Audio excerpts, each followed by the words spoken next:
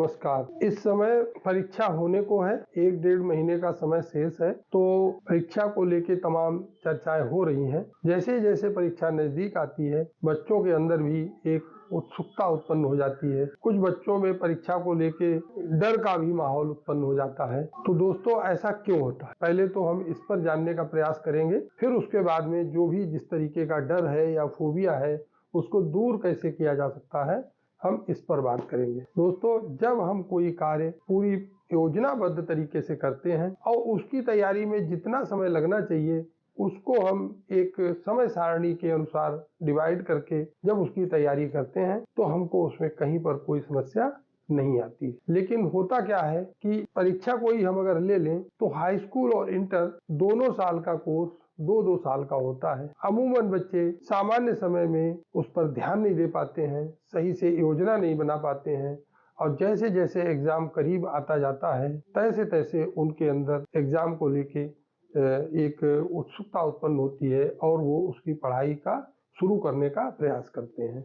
कुछ बच्चे तो इस प्रकार के की स्थिति में उनको स्ट्रेस उत्पन्न हो जाता है। लेकिन ऐसे भी बच्चे हैं जो पूरे साल अच्छे से पढ़ाई करते हैं और उनको पूरा तैयार भी होता है, लेकिन फिर भी जैसे जैसे एग्जाम नजदीक आता है तो उनके अंदर उसको लेके एक डर की स्थिति बन जाती है। तो ऐसा क्यों होता है? पहले प्रकार के बच्चों का तो हम यही कह सकते हैं कि उन्होंने जो योजना सही से नहीं बनाई, आगे से उनको जो भी काम करें उसको सही तरीके से योजना बना के काम करें और उसके अनुरूप समय समय पर जो भी उन्होंने पार्टिसिपेशन या डिवीजन किया है उसके अनुसार तैयारी करें तो उनका एग्जाम के समय पर पूरा कोर्स तैयार हो जाएगा और वो अच्छे से अपना एग्जाम दे सकते हैं।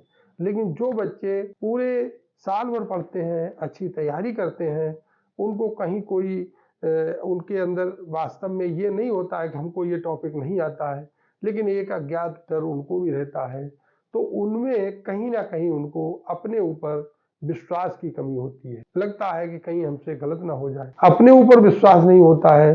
दूसरा, कहीं ना कहीं हम लोग रिलीजियस या स्पिरिचुअलिटी से भी हम लोग जुड़े होते हैं, तो उसमें हमको कहीं ना कहीं ईश्वर पर भी विश्वास की कमी होती है। दूसरे, ईश्वर का जो निर्णय है उसको हम स्वीकार करने में भी हमको कहीं ना कहीं असहजता महसूस होती है, क्योंकि हम ये तो मानते हैं कि देखिए, बच्चे के जीवन में जो वो करेगा या जो उसका लक्ष्य है उसमें बच्चे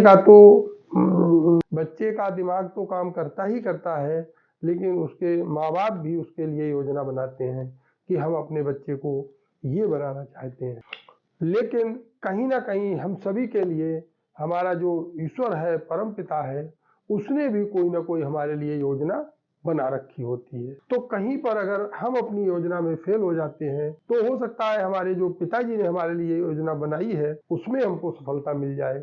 और कई बार ऐसा भी होता है कि हमारे पिताजी की भी योजना फेल हो रही है, तो अगर हम थोड़ी भी बुद्धि लगाएं तो हम ये मान सकते हैं कि ये हमारे परम पिता की योजना सफल हुई है। तो जिस खुशी से हम अपनी सफलता को सेलिब्रेट करते हैं, अगर हम ईश्वर की भी मंशा को के अनुरूप जो हमें मिला है उसमें भी अगर हम खुशी का इजहार कर सकें तो फिर हमारे लिए किसी भी स्थिति में तनाव उत्पन्न नहीं होगा।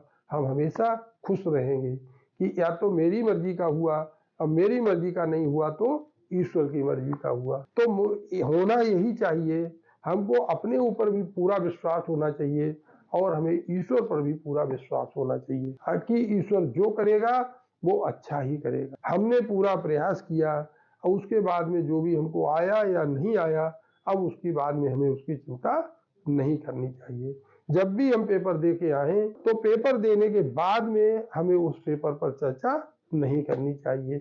हम तुरंत जो है अगला पेपर जो है उसकी तैयारी में लग जाएं। जैसा भी पेपर हुआ है उसकी चिंता करने से हमारा आगे आने वाला पेपर भी खराब होने की संभावना बन जाती है, जो हमको बिल्कुल भी नहीं होने देना है।